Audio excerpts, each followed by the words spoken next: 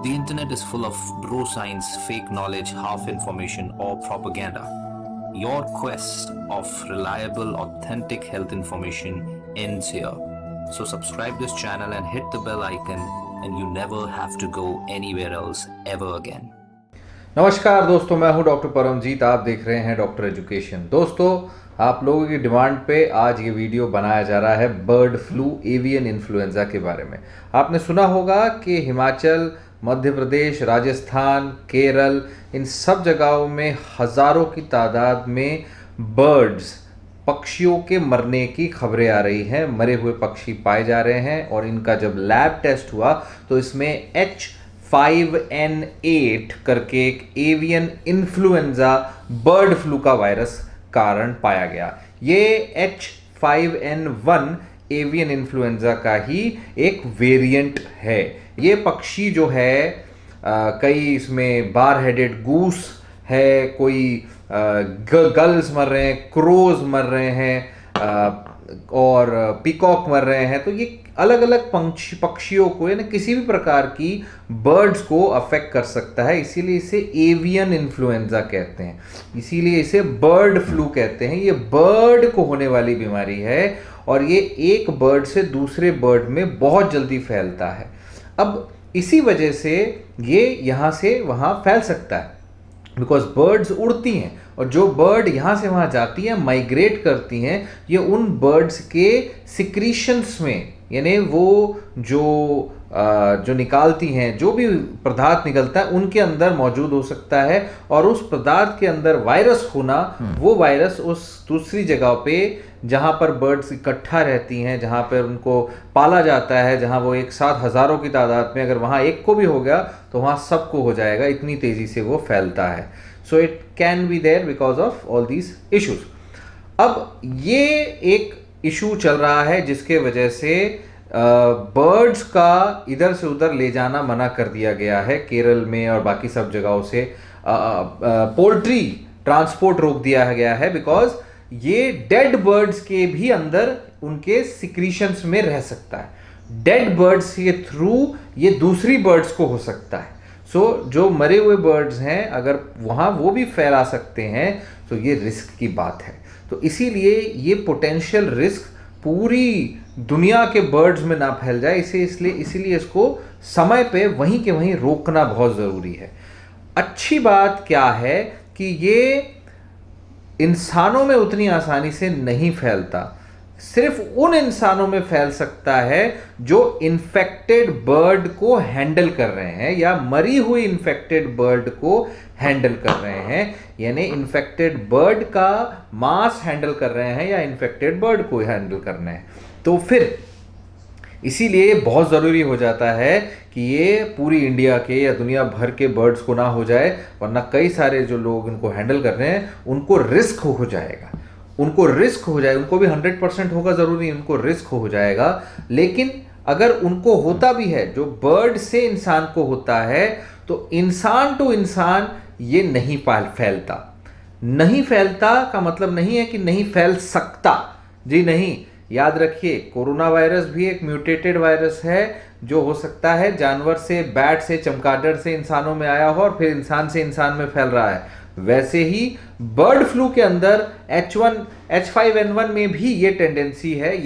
ये हो सकता है आज नहीं तो कल नहीं तो परसों नहीं तो आगे जिंदगी में, कि कभी ऐसा म्यूटेशन हो जाए कि वो इंसान टू इंसान भी ट्रांसमिट होने लग जाए कोरोना वायरस की जैसे।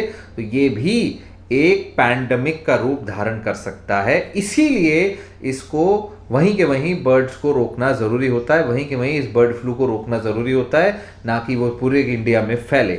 ऐसा पहले भी हो चुका है, ऐसा पहले कई बार हो चुका है। 2015 में हुआ, 2017 में हुआ। और ये सिर्फ वायरसेस की वजह से नहीं होता, ये तो एक वायरस है, बर्ड फ्लू एक वायरस है। ऐसा 2020 में ही बैक्टीरिया, लास्ट ईयर एक साल पहले बैक्टीरिया की वजह से 12,000 से ज़्यादा डक्स मर गए थे। वहाँ पे रोमेनेला करके बैक्टीरिया था। अब इस बारी ये वायरस है, ये कंफर्म किया गया है लैब टेस्टिंग से। और इसीलिए जिस भी इलाके में वो ये वायरस वाली बर्ड पाई जाती है, बहुत सारे उसके आसपास 1000 किलोमीटर तक एक बर्ड का चेकअप होता है, और वहाँ पे जहाँ पर भी बर्ड पाई जाती है, बर्ड फ्लू पाया जाता है, उस एरिया के बर्ड्स की कलिंग कर दी जाती है, इन्हें पकड़ के उनको मार दिया जाता है। और वो भी जो पकड़ के मारते हैं वो भी पूरा प्रिकॉशन लेके, पीपी किट पहन के, खुद एंटीवायरल मेडिसिन लेके जाते हैं कि गलती से इंसानों का ना हो जाए। बिकॉज ये इंपॉर्टेंट है कि हम इस वायरस को और चांस ना दें पनपने का। जब कोई वायरस फैलता है, पनपता है, तभी ये इंसानों में यानी म्यूटेट हो पाता है, और इसका म्यूटेशन इंसान टू इंसान फिर फैल पाएगा। अभी तक ऐसा नहीं हुआ है, तो इसीलिए ये इंपॉर्टेंट है कि इस वायरस को वहीं रोक दिया जाए। तो ये समझना ज़रूरी है कि अगर ये वायरस फैलता है तो भी इंसान टू इंसान फैलेगा कि नहीं फैलेगा, अभी कोई गारंटी नहीं है। तो आपको अगर होने के चांस होंगे तो कहाँ से होंगे? ज़्यादा से ज़्यादा हुआ भी, ये फैला भी तो बर्ड्स में फैलेगा, इन्फेक्टेड पोल्ट्री में फैलेगा। पोल्ट्री में यानी कि मरे हुए बर्ड्स यानी रॉ मीट के अंदर फैल सकता है। रॉ मीट अगर आप मांस को हैंडल करते हैं, रॉ कच्चे मांस को अगर आप हैंडल करते हैं, पकाते हैं, और उस पकाए हुए हाथ से आप अपने मुंह को, नाक को हाथ लगाते हैं, तो आपको होने के चांसेस है, बशर्ते कि वो भी इन्फेक्टेड बर्ड का, पंछी का मांस हो। इन्फेक्टेड पंछी के मांस को आपने हैंडल किया और फिर आपने प्रिकॉशंस लिए, आपने प्रॉपर हैंडल किया, पीपी किट पहन के या ग्लव्स पहन के, तब आपको होने के चांसेस नहीं है। और अच्छी बात यह है कि इन्फेक्टेड मांस को भी अगर आप पका के खाएंगे तो उसमें ये वायरस मर जाता है। 70 डिग्री से ऊपर कहते हैं ये वायरस मर जाता है। तो पकाने में तो पूरी तरह से अगर पका हुआ आप खाएंगे मीट तो आपको कोई खतरा नहीं है। तो पका हुआ मांस मत आप खा सकते हैं, पका हुआ अंडा आप खा सकते हैं। अंडे के अंदर भी ये वायरस होने के चांसेस हो सकते हैं, अंडे के ऊपर, शेल के ऊपर लगा हुआ हो सकता है। तो अंडे को धो के हैंडल करें, अंदर से पका के खाएं। फ्लोइंग एग या सनशाइन एग, वो सारे एग, कच्चे अंडे, आधे कच्चे, हाफ फ्राइड वाली चीज़ें ना खाएं। आप अंडे खा सकते हैं, आप चिकन खा सकते हैं, लेकिन सही से पका के खाएं, और पकाते से पहले, पकाने के बाद अपनी प्रिकॉशंस, जो कोरोना वाली प्रिकॉशंस है, बस वही लेनी है। चिकन में कोरोना, रॉ चिकन में कोरोना भी हो सकता है, उसमें बर्ड फ्लू भी हो सकता है। और इसके लिए सबसे अच्छी बात यह है कि इसके लिए वैक्सीन ऑलरेडी है, इसके लिए वैक्सीन ऑलरेडी मौजूद है। H5N1 की वैक्सीन जो कि CDC के पास में बनी पड़ी है, अगर ये फैला भी तो वो फिर दे दी जाएगी। बुरी बात यह है कि ये जो वायरस है ये कोरोना से बहुत ज़्यादा घातक है। कोरोना जहां 1, 2, 3% मोर्टेलिटी है, ये 50%, 70% तक जान जा सकती है अगर ये ह्यूमन टू ह्यूमन फैलने लगा। तो इसलिए खतरे वाली चीज़ है, ये घातक है ह्यूमन के लिए, जब भी ह्यूमन में होता है, इसलिए ह्यूमन में ना हो, इंसानों को ना हो, ये ज़रूरी है।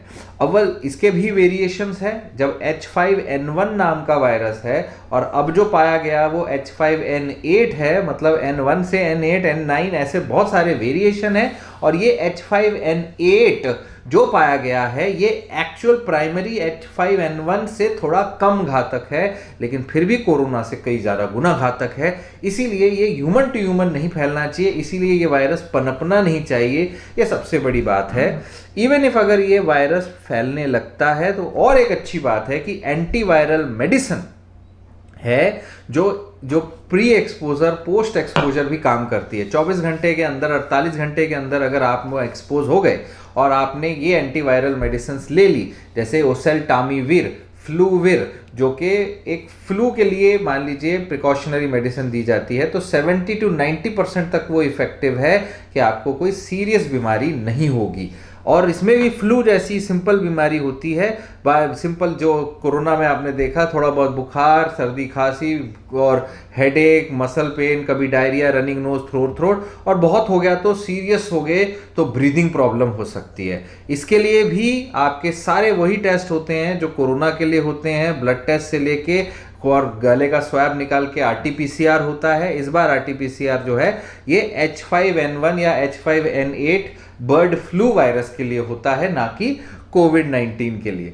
सो इसके लिए भी ट्रीटमेंट एंटीवायरल मेडिसिन ही है, ये फ्लूविर, और दूसरी जो मेडिसिन इसमें काम कर, एक तो ओसेल्टामिविर होगी और दूसरी है जनामिविर और ओसेल्टामिविर। ये दो एंटीवायरल मेडिसिन हैं जो डिजीजेस जो बहुत ज़्यादा सीरियस नहीं हुए उनमें काम करती हैं। सीरियस बीमारी के लिए बाकी सारे जो टेक्निक्स इस्तेमाल किए जाते हैं, थोड़े बहुत स्टीरॉइड्स, थोड़ा बहुत सांस के लिए सपोर्टिव एडमिशन, वो सारे एंटी इन्फ्लामेटरी मेडिसिन वो सारे दिए जाते हैं, लेकिन कोशिश हमें ये करनी है कि ये सीरियस हो ही ना। तो बेस्ट ऑप्शन क्या है, नेशन वाइड पूरे इंडिया में सर्वेलेंस हो कि कहाँ और बर्ड्स को पकड़ पकड़ के उनकी टेस्टिंग की जाए। बर्ड्स की टेस्टिंग किस किस बर्ड में किस किस इलाके में ये आ गया है, बिकॉज बर्ड्स माइग्रेटरी होती हैं, एक शहर से दूसरे शहर उड़ के जाके फैला सकती हैं, इसलिए नेशन वाइड करना पड़ेगा, सर्वेलेंस करना पड़ेगा, जिसकी तैयारी हो रही है और हो सकता है कल परसों ये सर्वेलेंस किया जाए। और जहां जहां ये पाया जाएगा वहां पे कुछ 1 किलोमीटर के रेडियस या कुछ टाइम रेडियस में कलिंग करनी होगी। कलिंग का मतलब है बर्ड्स को पकड़ के, क्योंकि वो खुद मरने वाली हैं और वो फैला के मरेंगी, इससे अच्छा फिर वो उसको मार देते हैं। अनफॉर्चुनेटली ये करते हैं और ताकि ये आदमियों में, इंसान में ना फैले। सो अगर आप बचना चाहते हैं ऐसी किसी भी चीज़ से तो कोविड वाले प्रिकॉशंस फॉलो करिए। आपने हाथ अपने धो के इस्तेमाल करना है। मांस, मच्छी, अंडा खा सकते हैं पर सही से पका के खाएं, पर पकाने से पहले, पकाने के बाद हाथ अच्छे से धो लें। रॉ मीट को हैंडल ना करें। याद रखें, एवियन H5N1 नामक वायरस है जो बाकी कोविड के जैसे घातक रूप ले सकता है और चांसेस अगर आपको हो जाए तो 50 से 70% डेडली हो सकता है। So this is about Covid, this is about bird flu H5N1 avian influenza. इस वीडियो को ज़्यादा से ज़्यादा फैलाइए ताकि जो लोग एक्चुअली हैं इस नॉलेज की ज़रूरत जिनको है उनको मिले और वो प्रिकॉशंस ले ताकि ये आप तक ना पहुंच पाए। Thank you so much. Stay connected, stay healthy.